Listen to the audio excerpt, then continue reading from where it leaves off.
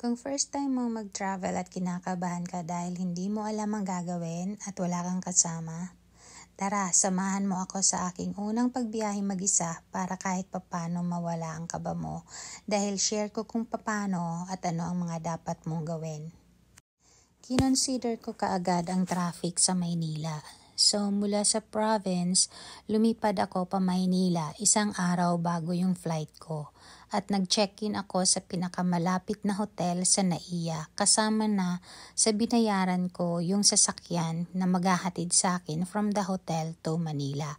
At para safe, sinigurado ko na airport staff yung maghahatid sa akin mismo sa Naiya. Hindi ako nag-arkila ng taxi or yung mga dumadaan. Yung hotel mismo yung nag-arrange noon para sa akin.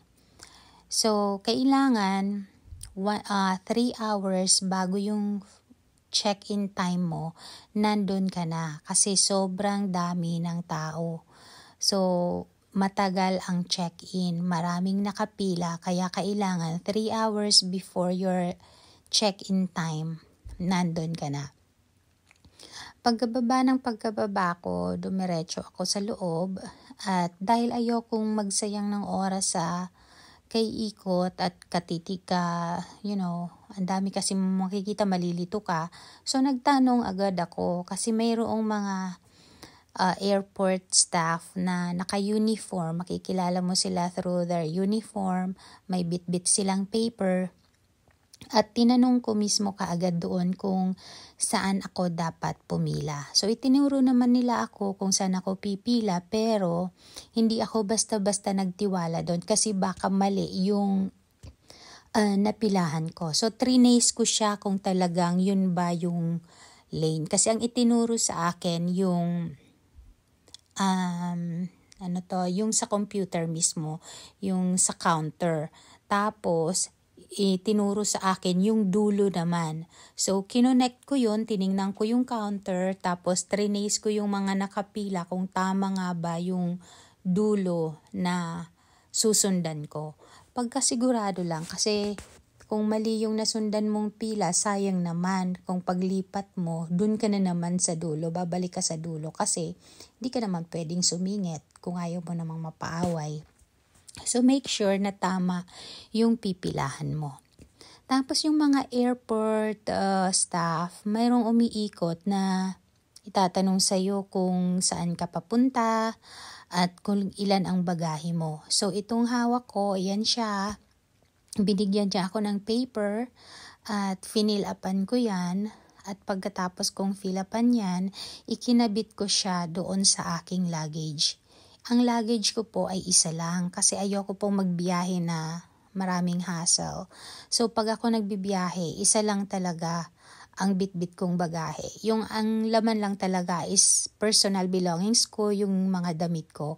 At isang sling bag na para sure na hindi may hihiwalay o hindi mawawala yung mga gamit ko sa akin. So ganun ako magbiyahe. Tapos, yan. So, ikabit mo lang yung papel na yan, yung sticker na yan sa iyong luggage and pumila ka lang, maghintay ka lang dyan. Siguro mga matagal mula nung pagdating ko dyan mismo, 1 hour pa bago nagbukas yung mga counter. Tapos dun mo na makikita, pag nagbukas na yung counter at nag-open na yung computer na yan sa taas, makikita mo na dyan yung destination mo. Makikita mo na, okay, dito nga ako dapat nakapila. Ito yung airlines ko. So, pumila lang ako dyan ng matagal, like siguro mga 2 hours hanggang sa makarating ako mismo doon sa pinakaharap. Ako kasi, pag nagbiyahe ako, ayoko nang may maraming hassle, yung maraming stress, naaalalahanin ko yung mga gamit ko. Kasi nakita ko sa mga nag-travel, ang dami-dami nilang mga kahon and boxes. Pero siguro sanay na sila. Ako kasi ayoko talaga. Kasi yung mga bagay na meron dito sa Pilipinas, meron din naman sa US. Syempre, except for the food. Kasi yun nga, limited. Pero meron din naman mabibili sa Asian, pero iba pa rin talaga yung sa Philippines. Pero kung galing ka naman sa US, hindi rin ako nagbibitbit kasi kung ano naman ang meron sa US, meron din naman yan dito sa Pilipinas. Bakit mo pa kailangan bitbitin? Hindi mag-shopping na lang kayo kasama ng mga mahal mo sa buhay, mag-enjoy pa sila kasi makakapili pa sila ng yung gusto talaga nila. So, yun lang naman yung sa akin. Kung gusto nyo ng parang easy travel, yung mga necessities lang talaga yung bitbitin nyo. Isang luggage at saka yung bag nyo para sa personal belongings nyo. At make sure na ano talaga yon na nahawak po yon. Yung papers mo, yung passport mo, tsaka yung ticket mo, make sure na nandyan. Kasi baka nandiyan ka na sa airport, wala pala yung mga papers mo. So, make sure na kompleto ang mga gamit mo. At yung luggage mo, make sure na nakalock yan, double check, para walang maging problema sa pag-check-in. Pag naipasok mo na naman yung bagahe mo sa check-in, so responsibilidad na nila yung bagahe mo. So, makikita mo naman yung bagahe mo pagdating mo na mismo doon sa iyong destination. So, wala kang mga bitbitin. So, yung mga importante ng alam mong gagamitin mo, yun ang ipasok mo sa bag mo. So, yung money mo, yung cards mo, yung passport, at yung ticket mo. So, make sure na hawak-hawak mo yun para hindi ka magka-problema. So, yun, yung waiting time, sobrang tagal talaga ng waiting time. So, ginawa ko na ngang upuan yung luggage ko. So, nag-move kami, nakaupo ako sa luggage ko. Matibay naman, hindi naman siya nasira. And then, para pampalipas oras, ayan, yung babae na nasa harapan ko, she was really very nice. Kung di ako nagkakamali, papunta siyang Canada yata yun. Yeah, she was very nice. Nagkwentuhan lang kami, pampalipas oras, kung ano-anong napag-usapan namin, kung saan kami papunta, yung mga experience namin habang nagbakasyon, pampalipas oras. Tsaka kababayan naman natin eh. So, kwento-kwentuhan lang. Friendly naman yung nauna sa akin. Kaya, I'm thankful kasi hindi ako na-bored. Yan. So, nagmo-move naman yung pila. Mabagal nga lang. Sinusundan lang namin yan. Medyo napapatagal yung time mo kasi katulad ng makikita nyo naman yung iba yung luggage talagang ang dami, no? Talagang siguro mga pagkain yan. Katulad itong nakausap ko, sabi niya yung mga bigay-bigay ng mga kapitbahay. Sa akin wala namang mga bigay-bigay kapitbahay.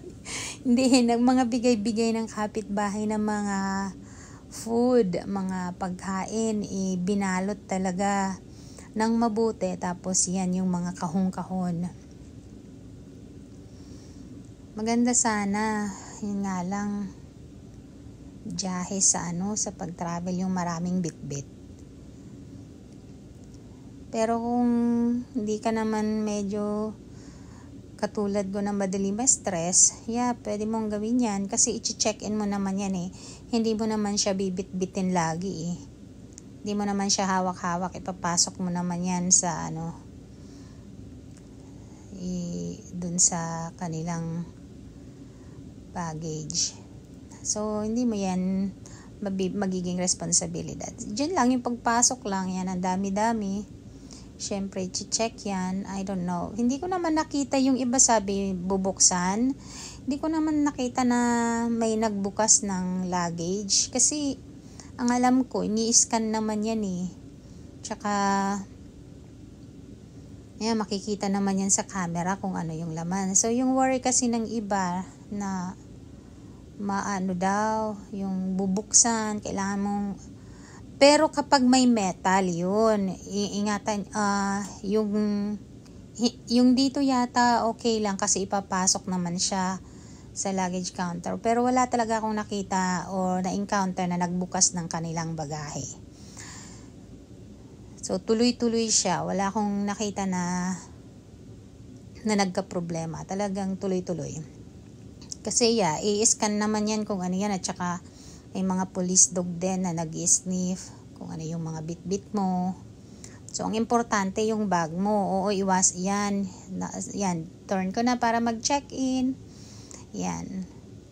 So, iwasan nyo lang may mga liquid kayo, mga matatalas kasi bawal po yun. So, next naman po, pag nakapasok na tayo sa part 2, ikwento ko naman sa inyo anong gagawin nyo pagkapasok.